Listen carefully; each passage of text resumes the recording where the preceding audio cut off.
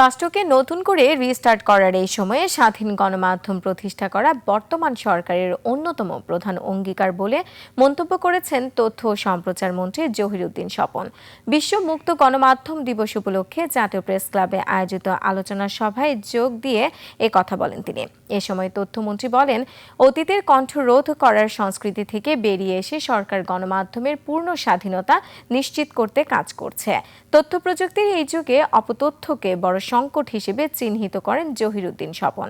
তথ্যের বিকৃতি রোধে সাংবাদিকদের আরও সচেতন ও দায়িত্বশীল হওয়ার আহ্বান জানান তিনি। তথ্যমন্ত্রী হিসেবে আমিও দৃঢ়ভাবে বলতে চাই, একটি স্বাধীন গণমাধ্যম প্রতিষ্ঠা করা আমাদের প্রধানমন্ত্রীর প্রতিশ্রুতি, আমাদের সরকারের প্রতিশ্রুতি, আমরা সেটা করব। মিডিয়া ইকোসিস্টেমের প্রধান সমস্যা যত না বেশি স্বাধীনতা, তার চেয়ে অনেক বেশি চ্যালেঞ্জ হচ্ছে মিস ইনফরমেশন এবং ডিসইনফরমেশনকে কমব্যাট করার চ্যালেঞ্জ।